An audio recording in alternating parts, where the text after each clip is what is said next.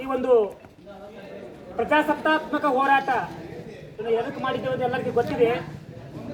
ಈ ದೇಶದ ಒಂದು ಉನ್ನತ ಹುದ್ದೆಯಲ್ಲಿರ್ತಕ್ಕಂಥ ಕೇಂದ್ರದ ಮಂತ್ರಿಗಳು ಡಾಕ್ಟರ್ ಬಾಬಾ ಸಾಹೇಬ್ ಅಂಬೇಡ್ಕರ್ ಬಗ್ಗೆ ಬಹಳಷ್ಟು ಹಗುರವಾಗಿ ಮಾತನಾಡಿದ್ದನ್ನು ಇಡೀ ದೇಶದಾದ್ಯಂತ ನಮ್ಮ ಬಾಬಾ ಸಾಹೇಬ್ ಅಂಬೇಡ್ಕರ್ ಚಿಂತಕರು, ಅಭಿಮಾನಿಗಳು, ಕೇವಲ ದಲಿತ ಸಮುದಾಯದ ಅಷ್ಟೇ ಅಲ್ಲದೆ ಅವರನ್ನು ಅನುಸರಿಸುತ್ತಿರುವ ಈ ದೇಶದ ಸಮಸ್ತ ಜನತೆ ಆ ಒಂದು ಹೇಳಿಕೆಯನ್ನು ಖಂಡಿಸಿ ಇಂದು ಬೀದಿಗಿಳಿದು ಹೋರಾಟ ಮಾಡುತ್ತಿರುವುದು ಒಂದು ಖುಷಿ ವಿಚಾರ. ಆದರೆ ಈ ಒಂದು ಹೋರಾಟ ಕೇವಲ ಕೇಂದ್ರ ಸರ್ಕಾರಕ್ಕಾಗಲಿ ಅಥವಾ ಈ ಹೇಳಿಕೆಯನ್ನು ನೀಡಿದ ಅಲ್ಲ. ಆ ಸ್ಥಾನದಲ್ಲಿ ಯಾರೇ ಇದ್ದರೂ ಕೂಡ ಇಂಥ ಒಂದು ಪ್ರತಿಭಟನೆಯನ್ನು ನಮ್ಮ ದಲಿತ ಸಂಘಟನೆ ಸದಾ ಮಾಡ್ತಾ ಬಂದಿದೆ. ಆ ಒಂದು ಹೇಳಿಕೆಯನ್ನು ಈಗಾಗಲೇ ನಾವು ತೀವ್ರವಾಗಿ ಗ್ರಾಮ ಮಟ್ಟದಿಂದ ಹಿಡಿದು ದೇಶದವರಿಗೆ ಖಂಡಿಸಿದ್ದೇವೆ.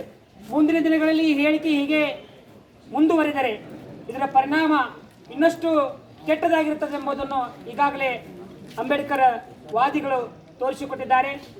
ಹಾಗಾಗಿ ನಾನೇನು ಇಲ್ಲಿ ಹೆಚ್ಚಿಗೆ ಮಾತನಾಡುವುದಿಲ್ಲ.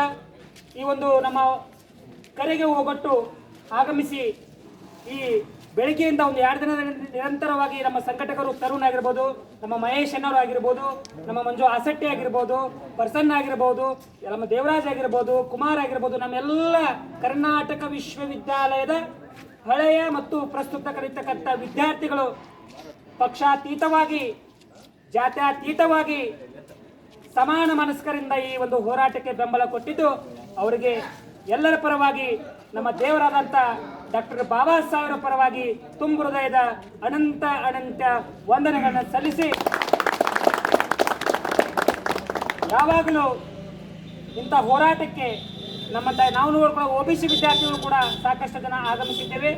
ಇಂಥ ಹೋರಾಟ ಇದ್ದಾಗ ನಾವು ಏನನ್ನು ಎಂಥ ಬಿಜಿ ಸಡಲು ಕೂಡ ಇದ್ರೂ ಕೂಡ ನಾವು ಬಂದು ಬೆಂಬಲವನ್ನು ಕೊಡ್ತೀವಿ ಎಂಬ ಮಾತನ್ನು ಈ ಸಂದರ್ಭದಲ್ಲಿ ಹೇಳಿ ಮತ್ತೊಮ್ಮೆ ಆಗಮಿಸಿದಂಥ ಎಲ್ಲರಿಗೆ ಶುಭ ಕೋರಿ, ಈಗ ನಮ್ಮ ಸಂಘಟಕರು ಚಿಕನ್ ಬಿರಿಯಾನಿ ಮಾಡಿದ್ದಾರೆ. ಎಲ್ಲರೂ ತಾವು ಸೇವಿಸಿ ಈ ಒಂದು ಕಾರ್ಯಕ್ರಮವನ್ನು ಇಲ್ಲಿಗೆ ಸಮಾಪ್ತ ಮಾಡ್ತೇವೆ. ಜೈ ಭೀಮ್.